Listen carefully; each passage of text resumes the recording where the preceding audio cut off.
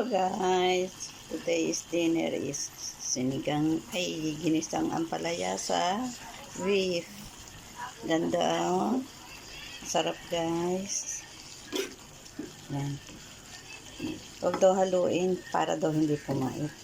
Kaya konting ano lang, ganyan lang. Tanananananan. Tananananan.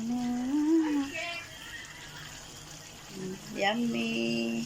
Hindi kayo guys, kain tayo. Samahan niyo kami mag-dinner. Ang aming ulam ay ginisang ampalaya sa beef.